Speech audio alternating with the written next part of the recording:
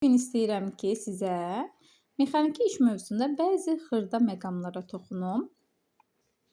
Məsələn, qarşımızda bir şəkildə görünür ki, cisim bir nöqtədən digər nöqtəyə müəyyən bir S yerləşməsi edib.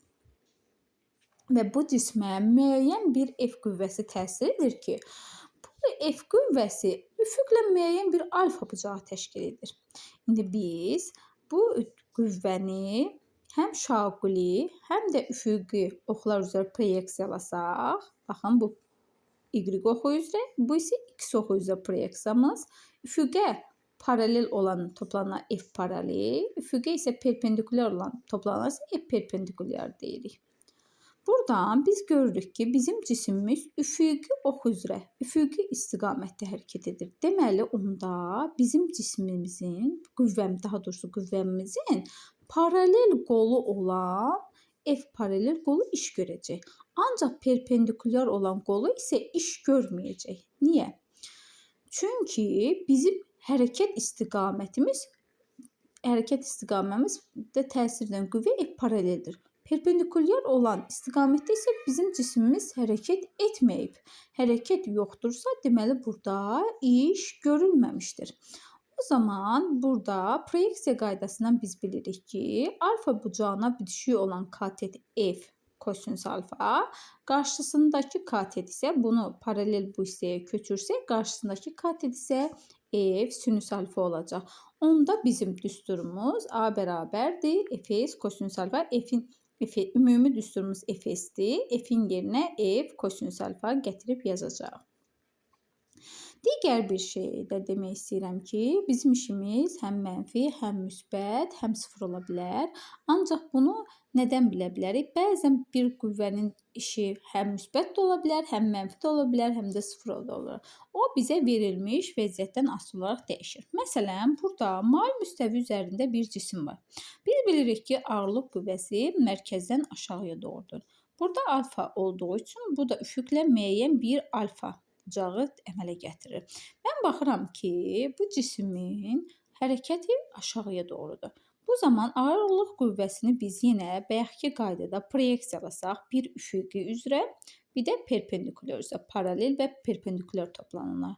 Bu zaman ağırlıq qüvvəsi müsbət iş görəcək. Çünki onun üfüqə paralel toplananı hərəkətlə eyni istiqamətdədir. Ancaq digər şəkildə göstərmək istəyirəm ki, burada isə yenə biz ağırlıq qüvvəmizi oxu istiqaməti qoymuşuq. Biz bunu yenə paralel və perpendikulyar qollarını ayırsaq, bu zaman görərik ki, mən istəyirəm onu qoyum, paralel toplananı bu istiqamətdə, perpendikulyar. Bu zaman görərik ki, paralel toplananı, F paralel toplananı, bu da F perpendikulyar toplananı ağırlıq qüvvəsinin hərəkətin əksinədir. Hərəkətin əksinə olduğu üçün burada isə ağırlıq qüvvəsinin işi mənfi olacaq.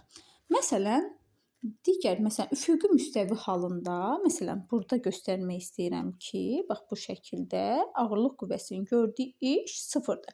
Niyə? Çünki ağırlıq qüvvəsi mərkəzdən aşağıya doğrudur istiqaməti, hərəkət istiqaməti isə bu istiqamətdədir və görürük ki, ağırlıq qüvvəsi ilə hərəkət istiqaməti bir-birinə perpendikulyar olur və bu zaman görülən iş sıfıra bərabərdir. Ancaq müəyyən bir hündürlükdən düşən cisim görürsünüz, aşağıya doğru hərəkət edir. Ağırlıq qüvvəsi ilə sürətimizin istiqaməti eyni olduğu üçün bizim ağırlıq qüvvəmiz müsbət iş görəcəkdir.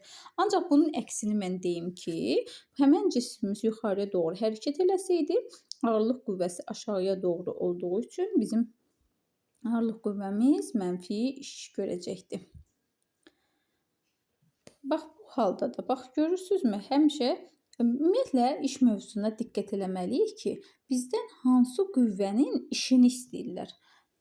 Yəni, əvəzləyici qüvvəninmi, dartı qüvvənin, ümumiyyətlə hansı qüvvənin işini istəyirlər. Məsələn, bax burada reaksiya qüvvəsi hərəkət istiqamətinə perpendikulyar olduğuna görə reaksiya qüvvəsinin işi sıfıra bərabərdir.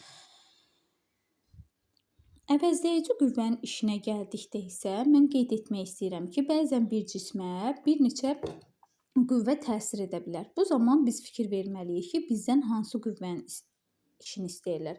Əgər bizdən əvəzləyici qüvvənin işini istəyirlərsə, biz oradan yekun əvəzləyici qüvvəni tapmalıyıq.